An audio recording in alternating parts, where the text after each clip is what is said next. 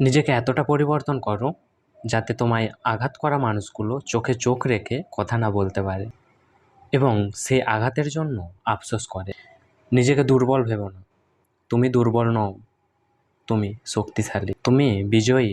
তাই তো সহস্র কোটি শুক্রাণু টোপকে তোমার জন্ম হয়েছে, তুমি জন্ম থেকেই জয়ী। কারো কথাই নিজেকে ছোট ভাবার কোনো প্রশ্নই ওঠে না। তুমি তোমার জায়গা থেকে বেস্ট।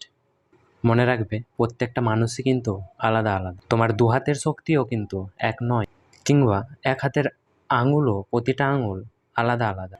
তাই তুমি কার মতো হতে পেরেছো, কি হতে পারোনি, সেটা ভেবে নিজেকে দোষ দিও না। সবসময় নিজের মনের কথা শোনো, এতে ভুল কম হবে, হলেও কোনো আফসোস থাকবে না।